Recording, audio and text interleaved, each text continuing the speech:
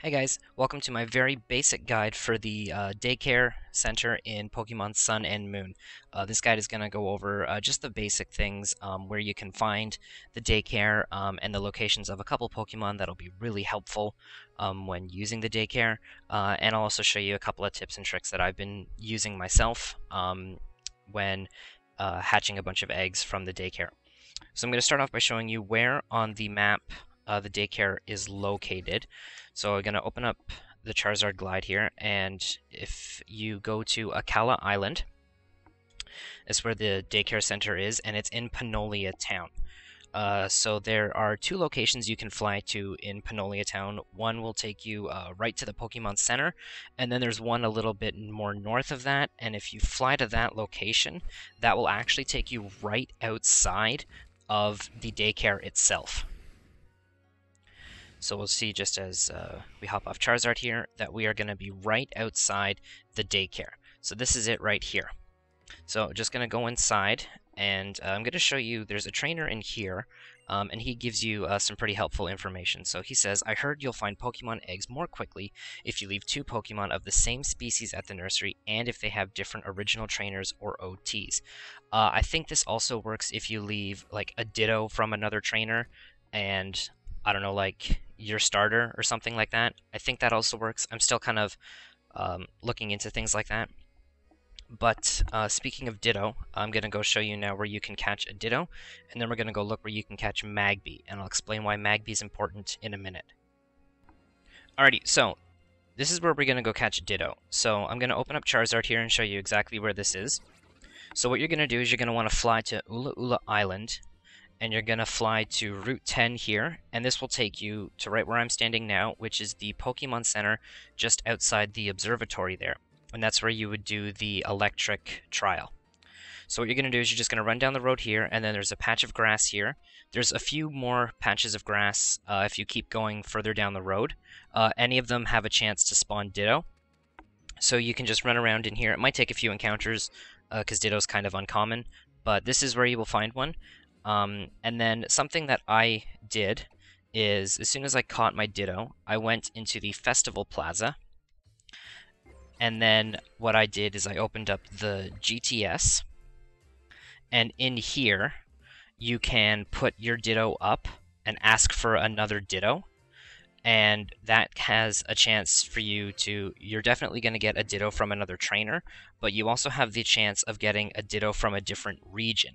Now the reason why that is important is if you're familiar with the Masuda method for hatching shinies, I believe that method still works in Sun and Moon.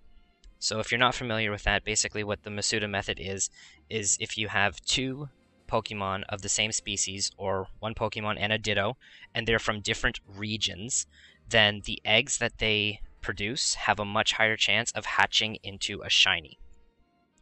So you don't need that if you just want to worry about just doing some like breeding for yourself, but if you are going to be breeding for shinies like shiny starters or other types of shinies that you want to breed for rather than catch, I would recommend catching a Ditto and then putting it in the GTS, asking for another Ditto, and hoping that you get one from a different region. Okay, now I'm going to show you where you can catch a Magby. Now the reason why Magby is important is because Magby can have the ability Flame Body. Now obviously we know that Flame Body will burn your opponent if they contact you during battle, but it also has an ability, a secondary ability outside of battle, where if it's if a Pokemon with Flame Body is at the front of your party, any eggs in your party will hatch quicker than they would if you didn't have a Flame Body Pokemon. They'll require less steps. So that can be very helpful when you want to get through a lot of eggs to get shinies, or you just want to hatch a lot of Pokemon for Wonder Trade or anything like that. Flame Body is definitely going to be very useful. So what you're going to do is you're going to go to the Wella Volcano Park. Now this is back on Akala Island, so the same island as the daycare. And you're just going to fly to Route 7 here, and this will take you just outside the Wella Volcano Park. And then you can just come in here, and Magby has a chance to spawn in the grass here. This is also where you can catch Cubones, if you want that Alolan Marowak as well. Just make sure that when you do catch the Magby, that it actually does have Flame Body. A really easy way to determine that is just false swipe it. It gets it much closer to Fainted, and it'll be easier to catch. And false swipe also makes contact, so if you get burned, then you know Magby has flame body, and you don't have to worry about catching multiples to make sure that you actually did get one with flame body. So we're back at the daycare here, and I'm just going to show you a couple quick little tips that will make your egg gathering and egg hatching process much easier. Now, if there is an egg ready for you, then the daycare lady will stand like that. She'll kind of have like her arms crossed. She normally has them out to the side. So if you see her standing like this with her arms crossed, you know she has an egg waiting for you. So you can talk to her and then you can get the egg. Now, in previous games, if your party was full, you would not be able to accept the egg until you went to the PC and deposited a Pokemon or an egg or something like that.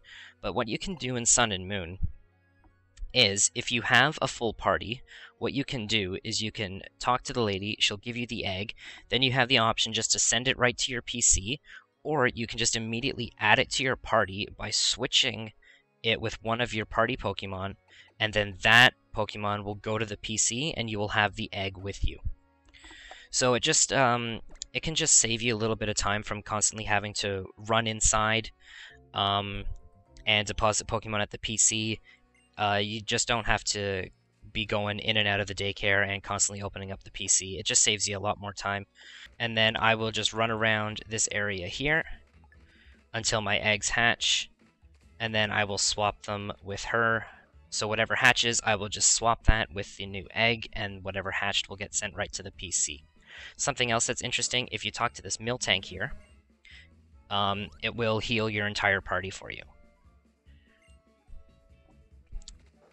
So I think that just about wraps it up. So I want to thank everyone for watching. This is my first guide, so if you have any feedback or any suggestions, please leave them in the comments down below, and I will do my best to take all that into account when possibly working on future guides. So I want to thank everyone for watching, and have a fantastic day.